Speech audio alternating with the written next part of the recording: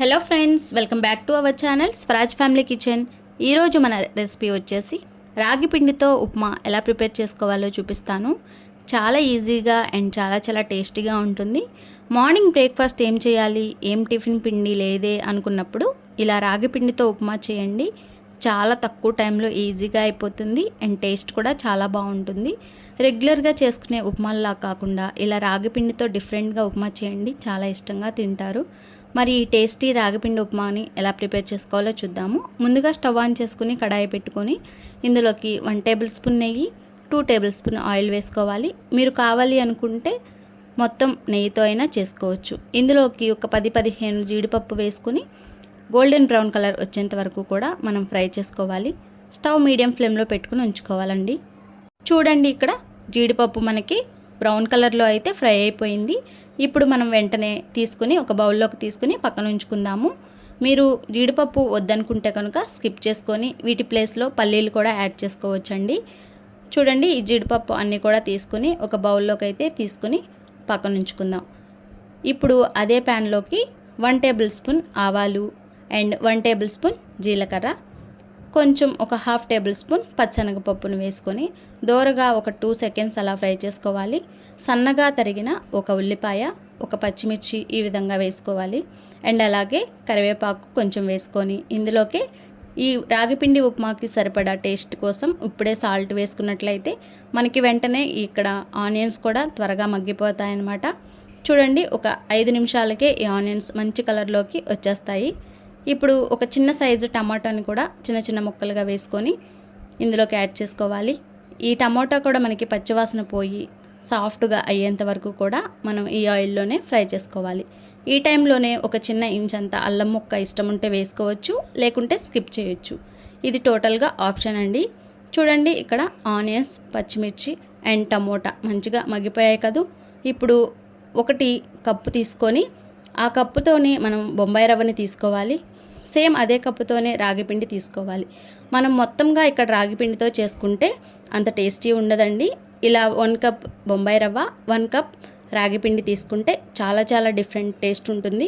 ఇప్పుడు ఈ నేతిలో ఈ బొంబాయి రవ్వ, రాగిపిండి మంచిగా ఫ్రై చేసుకోవాలన్నమాట. అంతా కలిసేటట్లు ఈ విధంగా మనం కలుపుకోవాలి.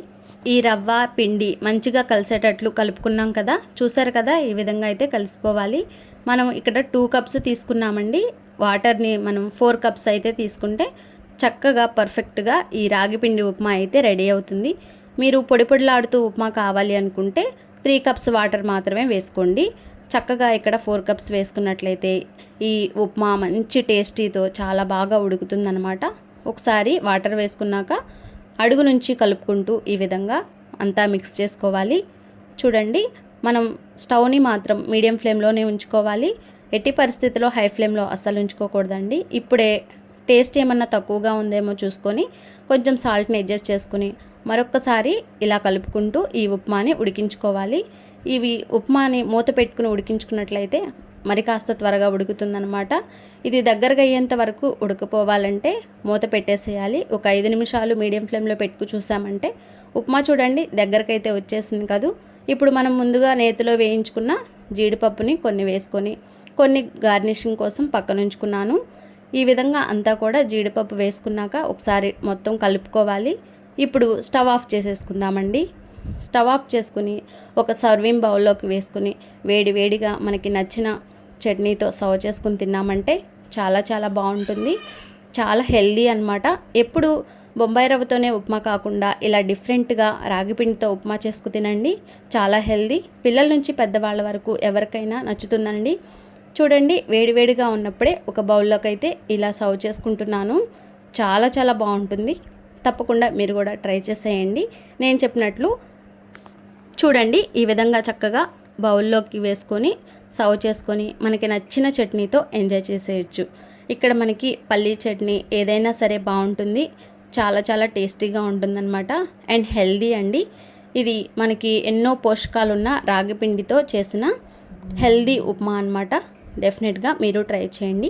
నేను ఇక్కడ పల్లీ చట్నీ అయితే యాడ్ చేసుకుని తిన్నానండి. చాలా బాగుంది.